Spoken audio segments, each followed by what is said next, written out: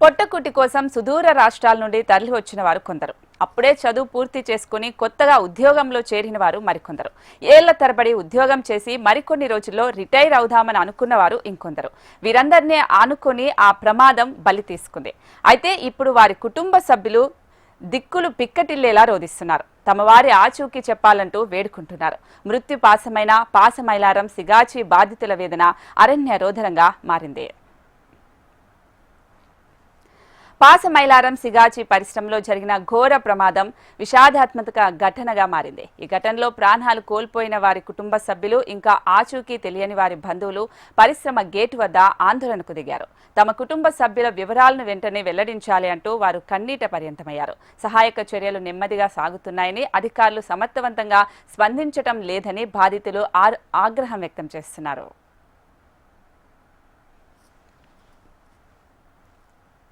मालूम चला 2 बजे, मैं 2 बजे इधर आई। आने के बाद कंपनी का 4 कोना है, मैं चारों कोना छान मारी। पुलिस वाले से भी पूछी, मीडिया वाला से भी पूछी, और बड़ा सर से पूछी, सीएम सर से भी पूछी और डीएम सर से भी पूछी, पर वो लोग मेरे को कुछ नहीं बताया।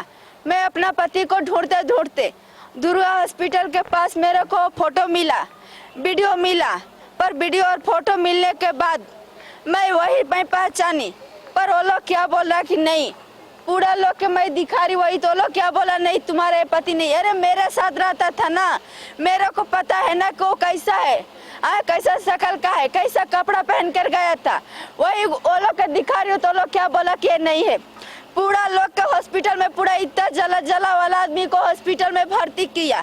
मेरा पति के कलकतिया हॉस्पिटल से गायब कर दिया, पर किधर फेंका, किधर क्या किया। सांस टूटने के बाद भी एक बार देना ना, हमारे को बुलाना ना एक बार गर्जीवन को। ఇప్పుడు చనిపోయి 4 రోజులు అవుతుంది సార్. బాడీ కానీ ఎటువంటి ఆనవాళ్ళు కూడా లేవు, ట్రేస్ అవుట్ అవ్వట్లేదు. వీళ్ళేంటి కంపెనీ దగ్గరికి మేము వెళ్తే లోపలికి రానిస్తలేదు, అక్కడ హాస్పిటల్లో డీటెయిల్స్ లేవు. ఆల్రెడీ బ్లడ్ శాంపిల్స్ ఇచ్చి 48 అవర్స్ కంప్లీట్ అయిపోయింది, ఇప్పటికీ తెలియదు. ఫైండ్ అవుట్ చేస్తామనే చెప్తున్నారు సార్. కానీ అక్కడ జరిగింది ఏంటంటే వాళ్ళు బయటికి రానివ్వట్లేదు సార్.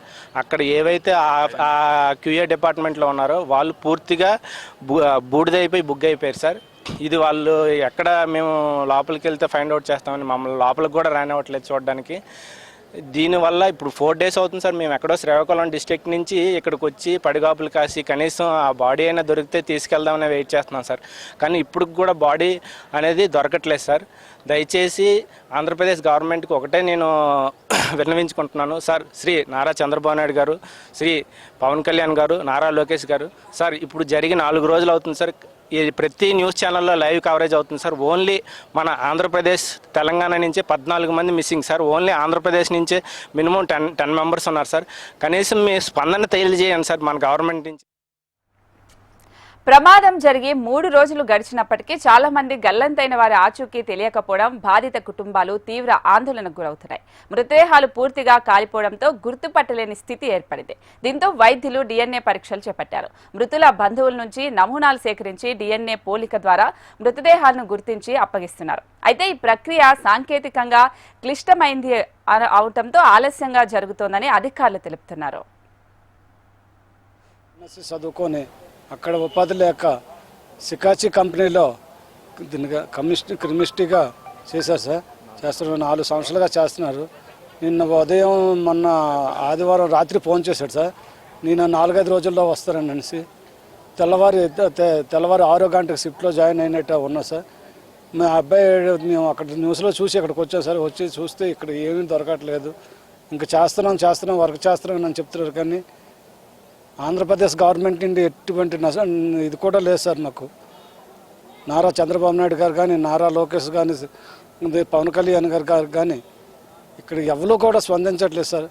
మా ఎమ్మెల్యే హెచ్ఎల్ నియోజకవర్గం ఆయన దగ్గర కూడా ఫోటోలు పంపించాం సార్. మేము మా ప్రెసిడెంట్ ద్వారా ఆయన కూడా పంపించాం, ఆయన కూడా కొంచెం స్పందించట్లేదు.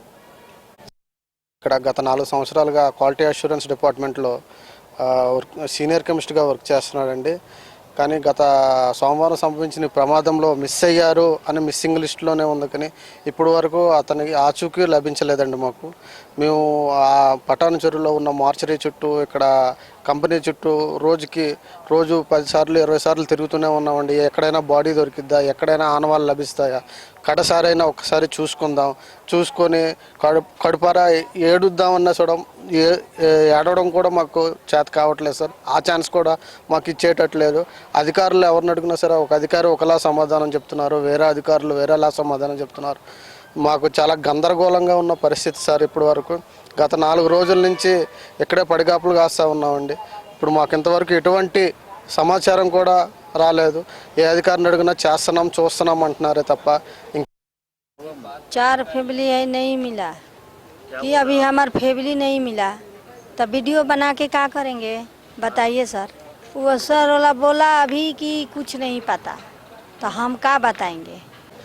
हमार दामाद नहीं मिला, बेटी है ही डिलीवरी होके वाला है छोटा बच्चा है, 3 बेटी है, हमार बेटा नहीं है, घर वाला नहीं है, तो कैसे होके वाला है बताओ। नहीं खाने के है, ना पानी पीने के है, नहीं लता, ना कपड़ा, बाल बच्चा के कुछ नहीं है, तो कैसे होगा। कोई सहारा नहीं है हमारे पास। बिहार से आया अमरथा गांव के है वाला है। తాజాగా మరో 5 మృతదేహాలను గుర్తించి కుటుంబ సభ్యులకు అప్పగించినట్లు అధికారులు తెలిపారు. దీంతో ఇప్పటి వరకు 20 మృతదేహాలను బంధువులకు అప్పగించినట్లు వెల్లడించారు.